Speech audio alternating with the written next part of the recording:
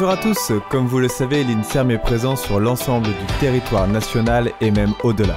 Alors à l'occasion de la fête de la science, nous avons décidé de vous ouvrir les portes de nos laboratoires. Aujourd'hui, nous nous rendons dans la belle ville de Marseille. Allez, c'est parti!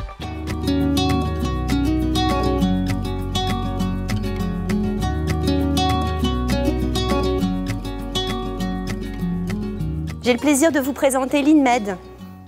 L'INMED, c'est ce bâtiment magnifique et c'est aussi un centre de recherche en neurosciences affilié à l'INSERM et à Aix-Marseille Université. L'INMED, c'est 10 équipes de recherche, dont un tiers dirigées par des femmes, pour environ 150 personnes au total.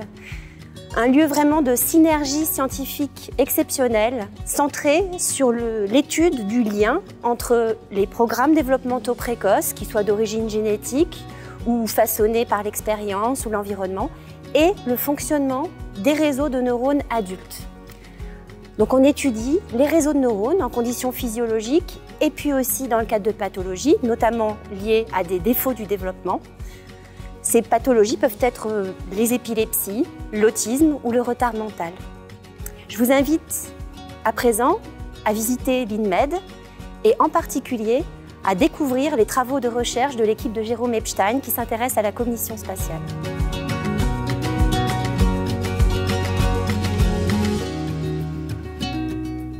Bonjour, je suis Jérôme Epstein, je suis chercheur à l'INSERM et je suis responsable de l'équipe codage neuronal de l'espace et mémoire à l'INMED. Je travaille dans le domaine des neurosciences, qui est un ensemble de sciences qui s'intéressent au fonctionnement du cerveau. Dans notre équipe, on s'intéresse à la capacité que nous avons à nous orienter et à nous repérer dans notre environnement. Par exemple, à savoir où nous sommes, ici dans cette pièce, où nous voulons aller et comment nous y rendre. Cette capacité semble assez naturelle, mais elle est altérée dans un certain nombre de pathologies comme la maladie d'Alzheimer ou l'épilepsie du lobe temporal. Lorsqu'on arrive dans un nouvel environnement, un nouveau bâtiment, une nouvelle ville, on est souvent perdu et on a besoin de quelqu'un pour nous guider ou d'une carte pour nous orienter.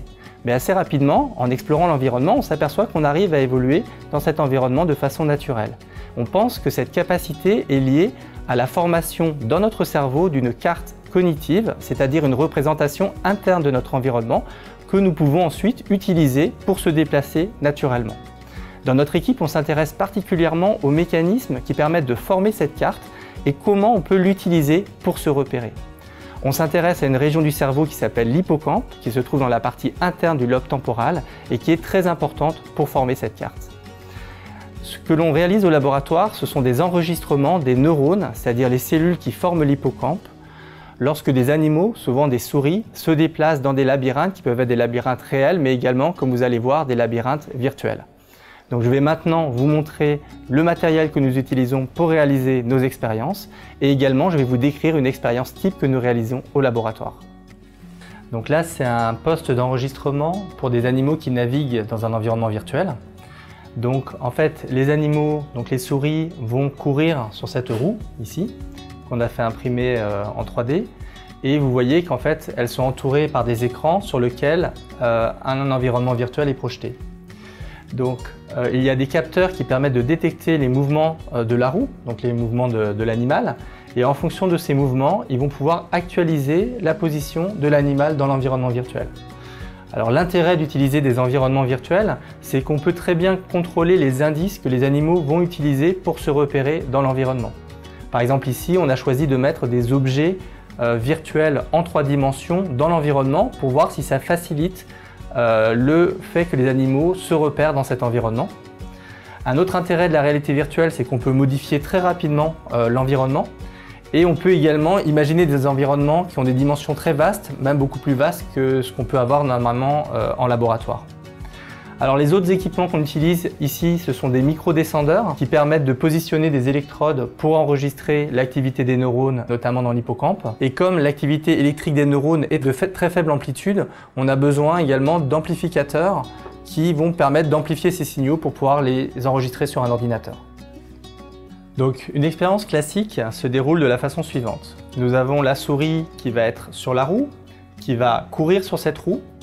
Et vous voyez que lorsqu'elle court sur cette roue, en fait, l'environnement virtuel va bouger en fonction de ses propres mouvements. Donc elle va avoir vraiment l'impression de se déplacer dans l'environnement virtuel.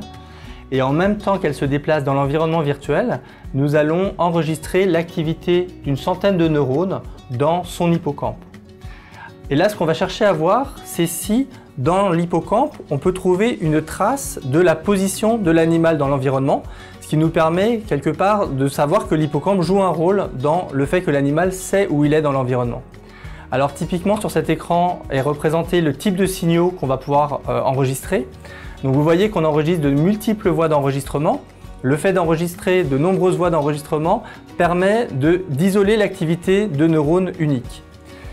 Et vous voyez également des petites déflexions vers le bas. À chaque fois qu'il y a une déflexion vers le bas, ça veut dire qu'un neurone a envoyé un message au reste du cerveau. Lorsqu'on analyse en fait ces petites déflexions en fonction de la position de l'animal dans l'environnement, on réalise qu'en fait un neurone va être actif lorsque l'animal est à un endroit dans l'environnement, et lorsque l'animal avance, ce premier neurone se tait et un deuxième neurone prend le relais. Ainsi, dans l'hippocampe, on a vraiment une trace en temps réel de la position de l'animal dans l'environnement, un peu comme on peut avoir dans un GPS, sur un smartphone ou dans un véhicule. Donc c'est vraiment l'activité de ces cellules qu'on appelle des cellules de lieu qui nous intéressent dans l'équipe. La visite est terminée, je dois maintenant reprendre mes expériences, car vous le savez, quand la recherche avance, c'est la santé de tous qui progresse.